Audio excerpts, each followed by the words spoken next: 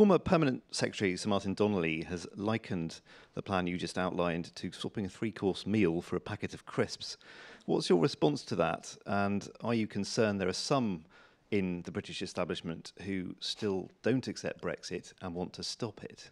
First of all, it's unsurprising that those who spent a lifetime working within the European Union would see moving away from the European Union as being threatening. The particular choice that I heard Sir Martin Donnelly outline, that was a choice between the European Union and trade opportunities elsewhere and the continuation of EU trade agreements, I don't believe that is the choice that we face. We are already trying to seek a full and liberal partnership with the European Union.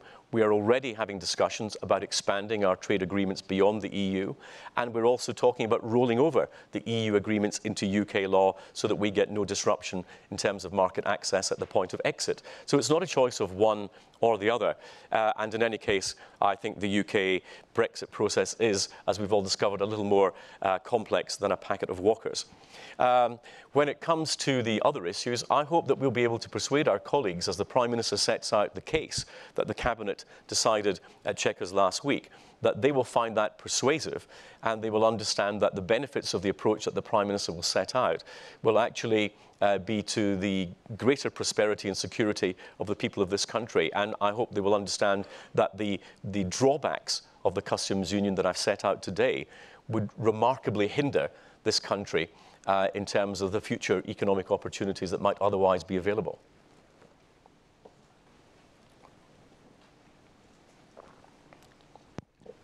Dr. Fox, given that your former head of department has said you'd need a fairy godmother to get the kind of have cake and eat it deal that he says you want with the European Union, and you yourself have said that British business needs to raise its game to take full advantage of Brexit, is the greatest danger that Brexit could lead to national self-harm, or that there simply aren't enough true believers like you?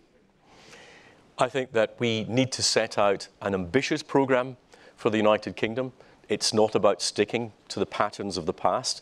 And I understand, as I say, that those who have been professionally committed to those for many years would want to adhere to them. I want to think beyond where we are today to the opportunities available to the future.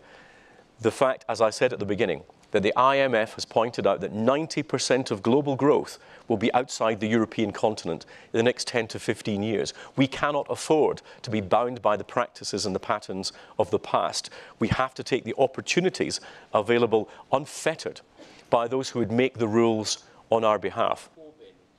Said that Labour was opposed to the NHS and other public services being part of a trade agreement with Trump's